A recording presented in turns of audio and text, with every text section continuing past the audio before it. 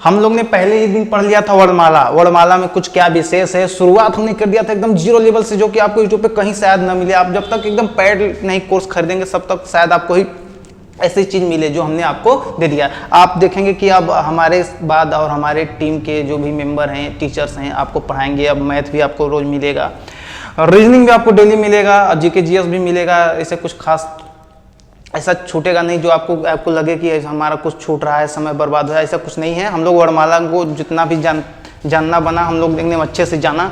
अब हम लोग यहाँ तक आ गए थे, अब हम लोग इसके आगे पढ़ेंगे क्या होता है। हमने देखा कि वर्णमाला को हमने 2 भागों में बांटा, जिसमें से एक स्वर था, एक था व्यंजन।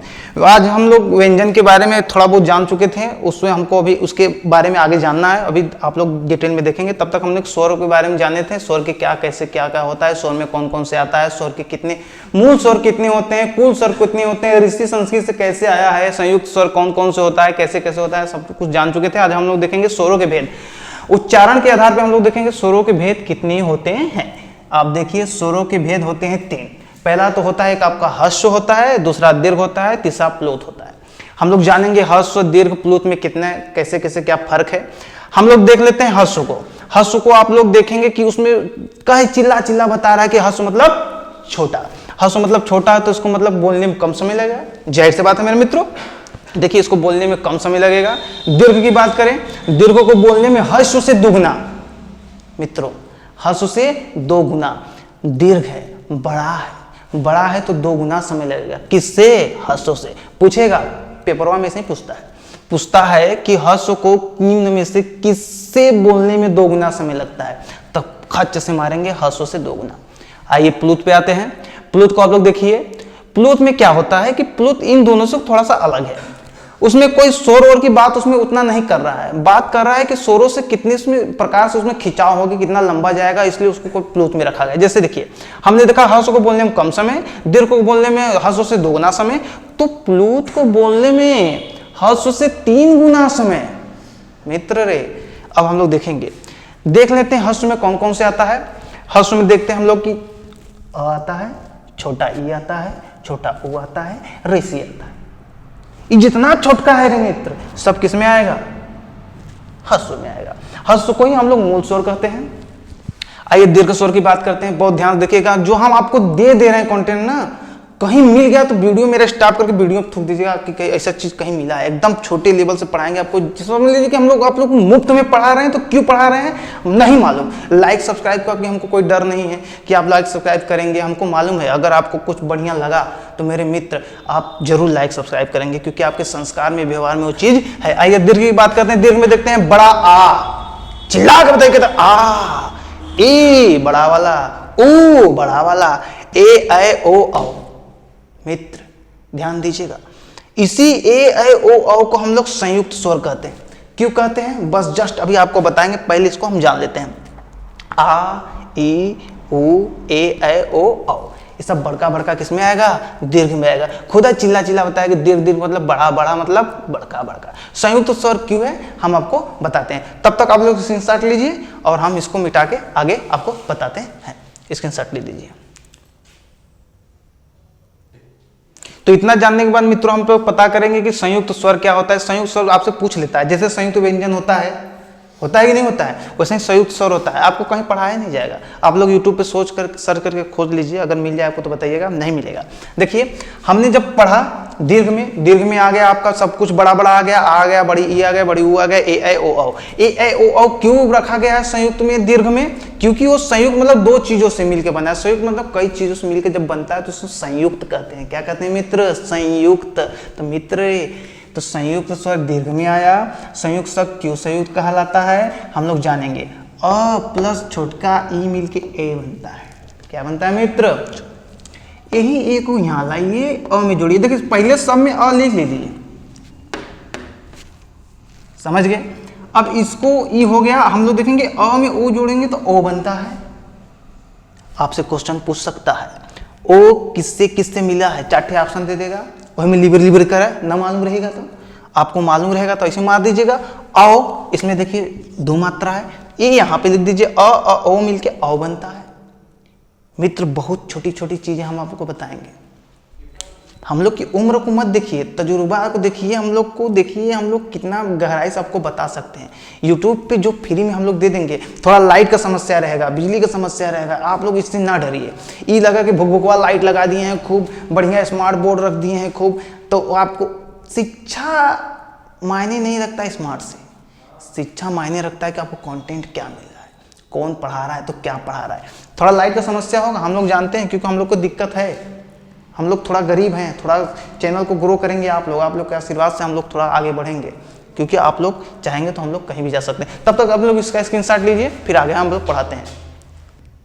हमने देख लिया कि स्वर को मात्रा के आधार पर कितनी प्रकार से बांटा जाता है, तो हमने देखा मात्रा के आधार पर हम लोग उसको ह्रस्व स्वर दीर्घ प्लुत में बांटें। अब हम लोग आगे देखेंगे स्वर को जीभ के आधार पर कितने प्रकार में बांटा जाता है। तो जीभ के आधार पर भी हम लोग कितने प्रकार में बांटते हैं, 3 प्रकार में। एक होता है अग्र स्वर, मध्य स्वर, पश्च स्वर। देखिए मित्र खुद चिल्ला चिल्ला बता रहा है, अग्र मतलब जीभ के आगे भाग से बोला जाए।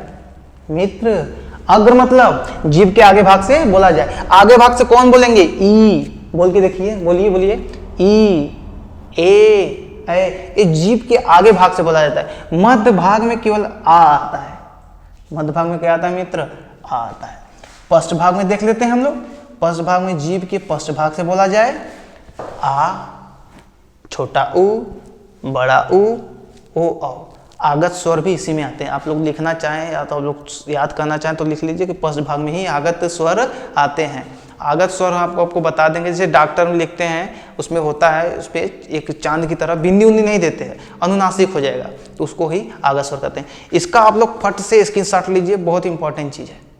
हम लोग देखेंगे मित्र कि मुख खुलने या बंद के आधार पर स्वर, ये भी पूछता है। आप लोग सोचेंगे कि का पढ़ा रहे हैं, का पढ़ाने मित्र आ चुका है एग्जाम में, आएगा। हम लोग देखते हैं स्वर में हम आगे बढ़ रहे हैं, इसमें देखेंगे कि मुख खोलने या बंद के आधार पर स्वर। तो हम लोग देखते हैं इसमें 4 प्रकार का होता है।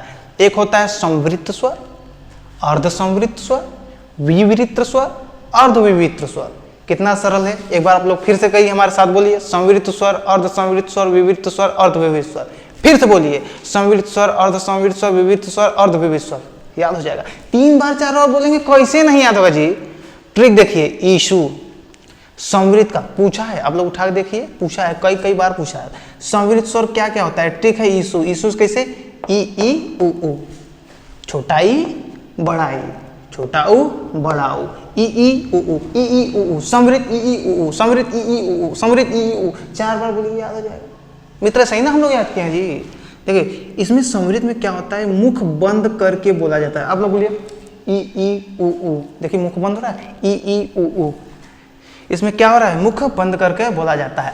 अर्ध संवृत्त में एक और मतलब कि इसमें आधा मुख बंद करके बोला जाएगा। खुदा कह रहा है अर्ध संवृत्त, कह रहा है कि नहीं। इसमें होता है ओ ए, क्या होता है, ओ ए, मुख आधा बंद करके बोला जाए।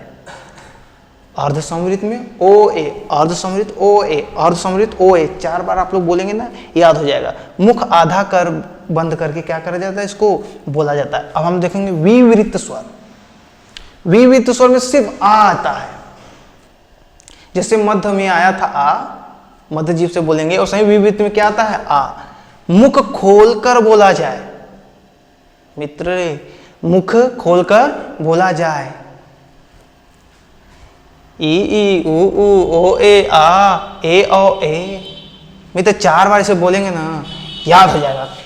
देखिए अर्धविवृत्त में इसका मतलब कि आधा मुख खोल के बोला जाए मित्र, अ ओ ए। फिर से बोलिए अर्धविवृत्त में अ ओ ए, अर्धविवृत्त अ ओ ए। 4 बार आप लोग कहेंगे, हो जाएगा। मुख आधा खोलकर बोला जाए। इसका मतलब मित्र कि हम लोग देखें कि जीभ के आधार पर 3 प्रकार का होता है, अग्र मध्य पश्च। फिर हम लोग देखें कि मुख खोलने और बंद के आधार पर होता है 4 प्रकार का, संवृत्त, अर्धविवृत्त, अर्ध संवृत्त, विवृत्त, अर्धविवृत्त। कितना सरल है। इसमें ईशु ट्रिक याद कर लीजिए, ई उ ओ ए आ, ए ओ ए। कितना मस्त है। आप लोग स्क्रीनशॉट लीजिए, हम लोग आगे बढ़ते हैं। अब हम लोग देखेंगे मित्र कि ओष्ठाकृति के आधार पर, मतलब ओठ की आकृति के आधार पर भी स्वरों को बांटा गया है। आप लोग देखेंगे 2 प्रकार का होता है, वृत्तमुखी स्वर, अवृत्तमुखी स्वर। वृत्त मतलब तो अच्छा, आप लोग सोचिए क्या होता है। वृत्त मतलब कि गोला, वृत्त मतलब मित्र गोला रे गोला, तो क्या हो जाएगा गोला, मतलब कि जिसमें ओठ गोल करके बोला जाए। मित्र ऊ, बोलो बोलो बोलो, ऊ, ओ, कुछ घटना होगा जैसे ओ, ई का होगा, ओ गोल करके, देखिए बोलिए एक बार, आप बोलिए ओ। अब बाकी में आवृत्तमुखी में अ आ ई ए ऐ, कितना सरल है मित्र। मित्र कहीं नहीं मिलेगा रे मित्र, कहीं नहीं मिलेगा आपको। अगर मिल गया ना तो कह दीजिएगा कि सब चीज आपको यूट्यूब पे कहीं मिला, कोई पढ़ाई नहीं कर, हम लोग पढ़ा रहे हैं कि हम लोग को मालूम है बच्चों को नहीं मिलता है, जो गरीब बच्चे होते हैं कहीं पढ़ नहीं पाते हैं, यूट्यूब पे फ्री है, पढ़िए ना। नया चैनल सब्सक्राइब करिए, लाइक करिए, अगर अच्छा लगे तो, नहीं अच्छा लगेगा तो अपने फ्रेंड जो सब्सक्राइब किया उससे भी हम सब्सक्राइब करें, क्योंकि मजा नहीं आ रहा है ऐसे कह के सीधे डायरेक्ट। अच्छा लगे तो तुरंत अपना आशीर्वाद हम पे बनाइएगा, चैनल को ग्रो कराइएगा। देखिए वृत्त आवृत्त, ओ मुंह गोल करके बोला जाए, ओ कौन कौन से बोलेंगे हम लोग, ओ चारा रहता है, ओ गोल करके बोला जाए, बाकी आवृत्ति में चला जाएगा मित्र। कितना अच्छा है, जल्दी फोटो स्क्रीनशॉट लीजिए। अब हम लोग देख लेते हैं मित्र कि जाति के आधार पर स्वर कितने प्रकार का होता है। जाति के आधार पर स्वर होता है 2 प्रकार का, एक है सजाति, एक है बीजाति। एक मतलब सजाति में सेम का होगा। देखिए अ आ ई उ कितना सरल है, जवन एक तरह के हैं, जवन मित्र एक तरह के हैं उसको एक में रखते हैं, सजाति में रखते हैं। जो एक जाति का हो, सजाति का हो, सात जाति का हो, अ आ ई उ है कि नहीं है।